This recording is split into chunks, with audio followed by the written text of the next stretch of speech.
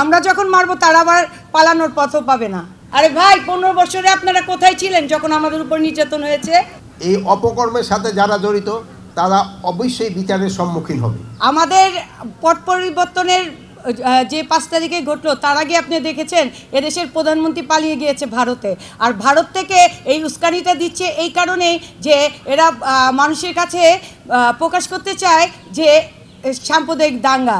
আসলে তারা কিছু লোককে পয়সা দিয়ে তারা পুতুলভাবে সাজিয়ে পুতুল। ম্যানুয়াল ইগনিশনে আগুন জ্বালানোর দিন শেষ। যমুনা অটো ইগনিশন গ্যাস স্টোভে রান্না হবে বেশ। যেভাবে সাজায় দামি, সেই দামি যারা তারা নির্বাচন করেছে, সেই দামিদের দ্বারা আমাদের সভ্যতাটা তো এই দেশ ছেড়ে পালাতে পারিনি, কিছু রয়ে গেছে। তারা শাহবাগে প্রতিদিনই কিছু না কিছু ছোটোখাটো প্রোগ্রাম করছে। আপনাকে এই 15 বছর দেখেননি আমরা যে নিরাপত্তায় ছিলাম না, আমাদের পূজা যে ঠিক মতো করতে পারিনি। আর এই 2 মাসে, এই অল্প দিনের মধ্যে আমরা সারা বাংলাদেশে প্রতি মণ্ডপ, আপনারা জানেন যে কলাবাগান মাঠে যেখানে দুর্গা উৎসব হতো সেখানে তারা পূজা করতে দেয়নি বিগত দিনে যারা ছিলেন অবৈধ সরকার। এবার কিন্তু সেখানেও সাড়ম্বরে পূজা হচ্ছে। আপনারা দেখেছেন ওয়ারি পূজা মণ্ডপ ভেঙেছিল, সেই ওয়ারি পূজা মণ্ডপে এবার পূজা হচ্ছে।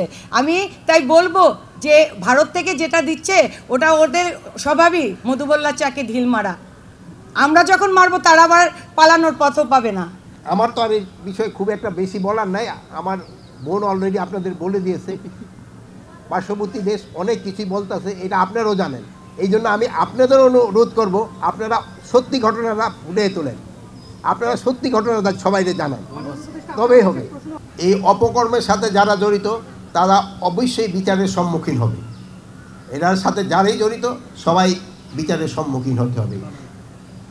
আমরা সবারই বিচারটা এনশিওর করার চেষ্টা করব। মৌচাকের ঢিল মারছে, আর সেই ঢিলে তারা শাহবাগে যে উপস্থিত হয়ে 8 দফা কখনো বিভিন্নভাবে বলছে যে বাংলাদেশের হিন্দুরা নির্যাতিত হচ্ছে।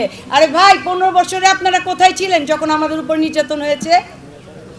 এই ঘটনাগুলো তখন তো প্রতিবাদ করেনি। এরা দুর্বৃত্তকারী, এরা কোনো ধর্মের নয়, না হিন্দু, না মুসলিম, না বৌদ্ধ, না খ্রিস্টান, তারা হচ্ছে দুর্বৃত্তকারী।